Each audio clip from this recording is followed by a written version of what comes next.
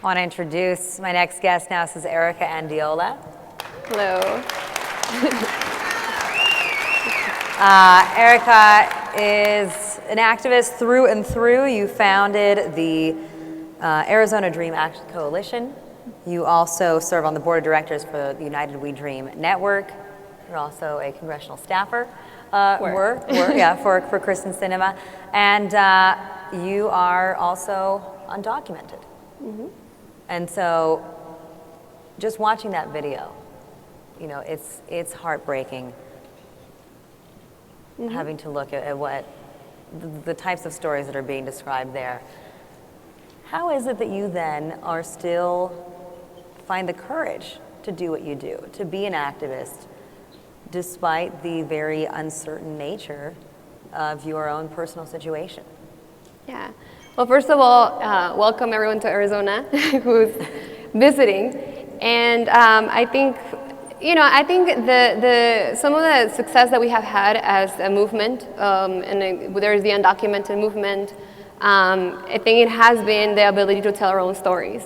I think that a couple of years ago, you would see a lot of stories of the undocumented people being told by others in the media, and many times those stories were not the right ones. It was, someone who had, smuggled something, through the border. Very, I guess for us, it was just not representative of our community here in Arizona, in the entire country. And so, it was a time to start coming out of the shadows, telling our own stories. And how the movement started really putting out there, what needed to be changed in order for us to be here in this country, be accepted, and not necessarily be stereotyped as what we were in the media. So you had to reclaim the definition, really, mm-hmm. Of yourself. You wanted to reclaim your identity in a certain way. But what were you afraid of while doing that? What were some of the things that you had to overcome? Yeah, I think that it's not easy to tell someone that you're undocumented. I feel like right now I have a bit of a privilege now having DACA, right? I have many people, we have a lot of people even here in the audience who don't even have that privilege, right? Deferred action, for some of you who don't know, it's a work permit, it's a way to be here. It was fought by a lot of undocumented youth, and we won it. But at the same time, we do have a lot of people like our parents, people like Noemi, who is also, a dreamer, but in reality, she wasn't able to get a, DACA card because she was working and she was rated by Arpaio. And so we have a lot more folks that we also need to be telling those stories, and it is scary at first. I think for me, the scary part was my mom. I was just afraid that, something was going to happen to her, that ICE would come, that anything would happen to my family. But we started realizing that by telling our stories, it was actually the other way around. It was safer for us to tell our stories, to put out the moral dilemma out in the public, so that when immigration came to our families, or our PIO came to our families, that it was easier to fight and show people the injustice of what was happening, and people would be more willing to sign a petition, to make a call, to do something to help us out. How do people normally react when you say that you're undocumented? It depends who you're talking to. Fair enough.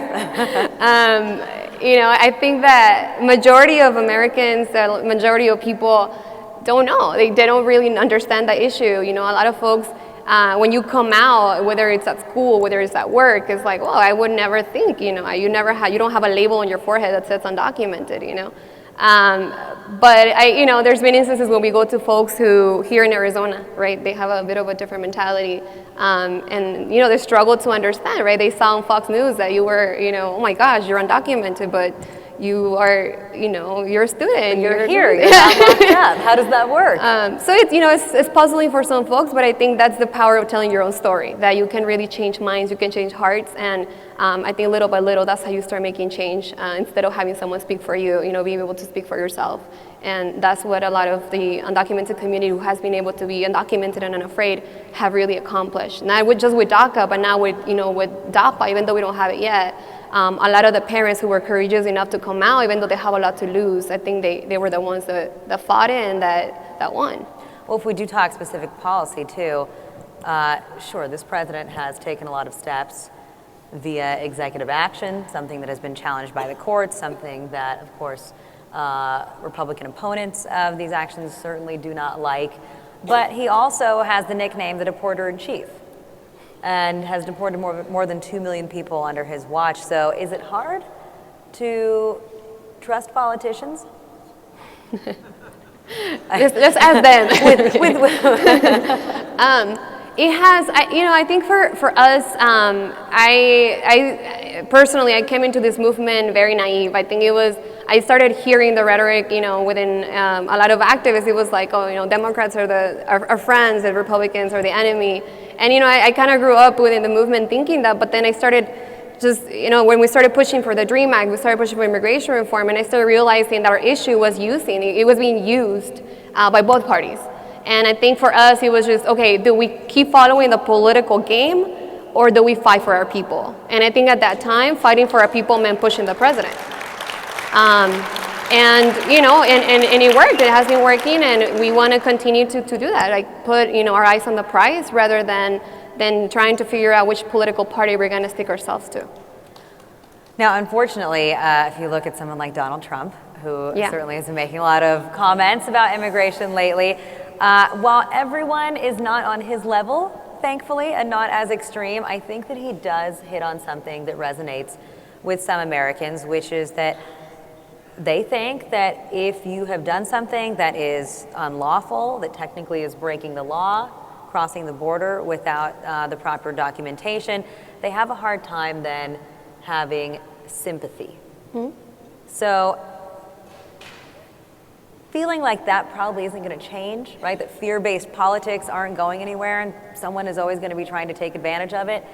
How do you then try to push back against it without really being able to eradicate it, I guess? Yeah. I mean, it's tough. I think you're always going to have those people who are going to be extreme. Those people who are going to try to make the conversation go away to one side of the aisle.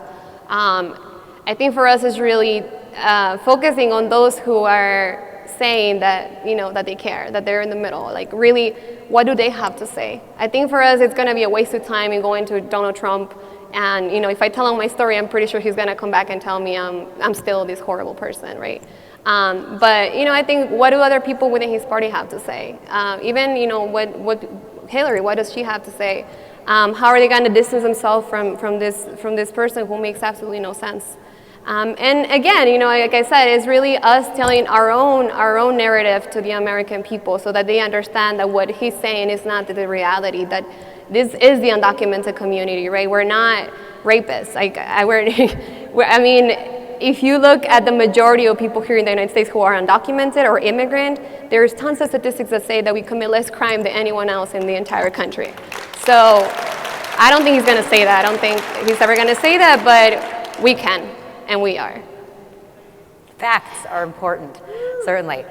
Hillary Clinton, noticeably absent from the Democratic field this year at Netroots. Wonder if that's going to come back to bite her later on. Maybe we'll just leave it at that. Erika, thank you so much for joining today. Thank you.